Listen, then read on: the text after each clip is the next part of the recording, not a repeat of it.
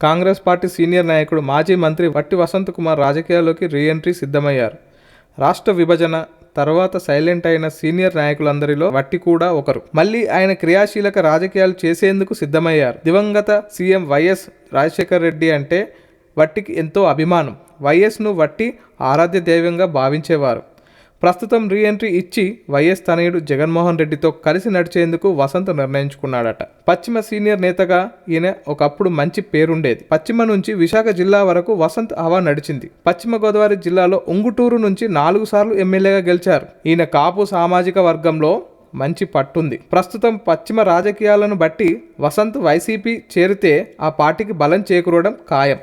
అలాగే ఇటీవల తాడేపల్లిగూడెంలో కొట్టు నారాయణ, ఏలూరు నుంచి మాజీ మంత్రి కోటగిరి విద్యాధర్రావు కొడుకు శ్రీధర్ పార్టీలో చేరడంతో జిల్లాలోని పార్టీ పుంజుకుంటుంది. ఉంగుటూరు నియోజకవర్గం నుంచి వసంత్ వైసీపీ తరపున బరిలో దిగే అవకాశం కనిపిస్తుంది. అలాగే వసంత్ కుమార్ కేవీపీకి ఉండవల్లికి మంచి సన్నిహితుడు. వారిద్దరు కూడా జగన్ చెంతకు చేరడం ఖాయం. ఆయన అనుచరులు వైసీపీలో చేరాలని పట్టుబట్టినట్లు సమాచారం. దీంతో వైసీపీలో వట్టి రీ ఎంట్రీ ఖాయమని తెలుస్తుంది. ఈ నేపథ్యంలో త్వరలో వైఎస్ఆర్సీపీలో చేరడానికి సన్నాహాలు చేసుకుంటున్నట్లు సమాచారం. వసంత్ వైసీపీలో చేరికతో పశ్చిమలోనే కాకుండా గతంలో ఆయన ఇన్ఛార్జి మంత్రిగా పనిచేసిన విశాఖ జిల్లాలో కాపుల బలగం ఉండే తూర్పు గోదావరిలో కూడా ప్రభావం చూపే అవకాశం ఉండొచ్చని వైసీపీ భావిస్తుంది.